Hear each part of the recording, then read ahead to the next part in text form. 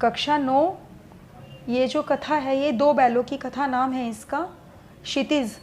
भाग 1 से मैं जो ले रही हूँ इसको, भाग 1, कक्षा 9 भाग 1, पुस्तक का नाम है क्षितिज। तो पाठ का परिचय कुछ इस प्रकार से है। 2 बैलों की कथा प्रेमचंद की प्रसिद्ध कहानियों में से एक है। इसके माध्यम से प्रेमचंद ने कृषक समाज और पशुओं के भावनात्मक संबंधों का वर्णन किया है। भावनात्मक मतलब जिस तरीके से हमारे अंदर भावना होती है ना, उसी तरीके से पशुओं के अंदर भी भावनाएं होती हैं। और कृषक समाज में जो खेती बाड़ी करता है, फार्मर्स जिनको बोलते हैं, ठीक है। तो उन जो किसान हैं और जो पशु हैं उनके बीच में एक जो संबंध होता है भावना का, मीन्स प्यार का, स्नेह का, अफेक्शन का, उसका वर्णन किया है। इस कहानी में उन्होंने यह भी बताया है कि स्वतंत्रता सहज में नहीं मिलती, उसके लिए बार बार संघर्ष करना पड़ता है। इस प्रकार परोक्ष रूप से यह कहानी आज़ादी के आंदोलन की भावना से जुड़ी है। प्रेमचंद की यह कहानी पंचतंत्र और हितोपदेश की कथा परंपरा के उपयोग और विकास के सहायक बनी है। कहानी का नाम मैंने आपको बता दिया, 2 बैलों की कथा, और जो इसके रचनाकार हैं वो हैं प्रेमचंद मुंशी, ठीक है। कहानी कुछ ये इस प्रकार है, कथा में मीन्स कथा ये कुछ इस प्रकार है। जानवरों में गधा सबसे ज़्यादा बुद्धिहीन समझा जाता है। बुद्धिहीन मतलब मूर्ख।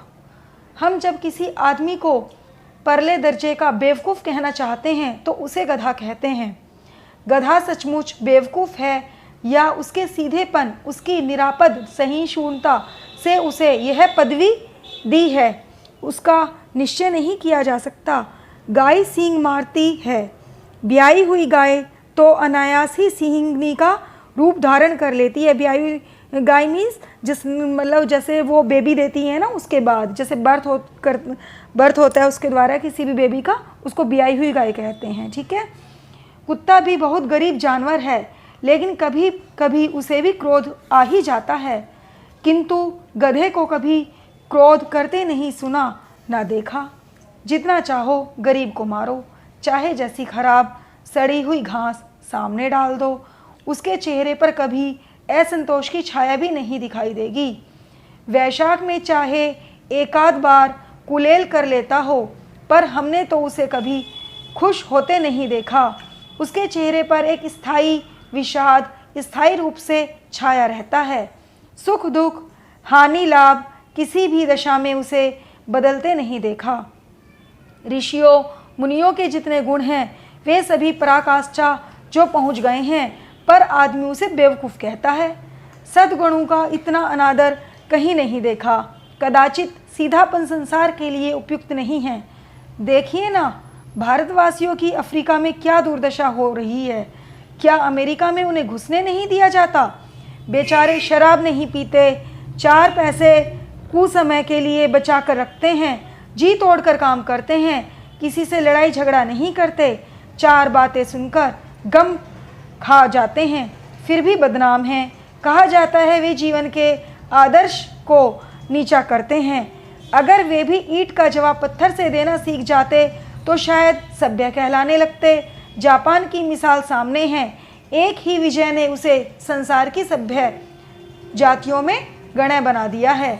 लेकिन गधे का एक छोटा भाई और भी है, और उससे कम ही गधा है, और वह है बैल। जिस अर्थ में हम गधे का प्रयोग करते हैं, कुछ उसी से मिलते जुलते अर्थ में बछिया के ताऊ का भी प्रयोग करते हैं। कुछ लोग बैल को शायद बेवकूफ़ में सर्वश्रेष्ठ कहेंगे, मगर हमारा विचार नहीं है। बैल कभी कभी मारता भी है, कभी कभी अड़ियल बैल भी देखने में आता है, और कभी और भी कई रीतियों से अपना असंतोष प्रकट करता है। अतः उसका स्थान गधे से नीचा है। इसके जो शब्दार्थ हैं, बुद्धिहीन का मतलब होता है मूर्ख, परले दर्जे का मतलब पहले नंबर का, सहिष्णुता जो सभी धर्मों पर विश्वास करे, कुलेल मिट्टी में खेलना, कदाचित एकदम कुसमय गलत समय, ईंट का जवाब पत्थर से देना, सामने जवाब देना, अड़ियाल किसी बात पर अटक जाना, ठीक है। तो जो अभी मैंने ये आपको पढ़ाया है, इसका जो अर्थ है वो मैं नेक्स्ट जो वीडियो डालूंगी उसके अंदर जो अभी मैंने पैरा बताया है, इसी का अर्थ मैं नेक्स्ट वीडियो के अंदर अपलोड करूंगी। Bye students.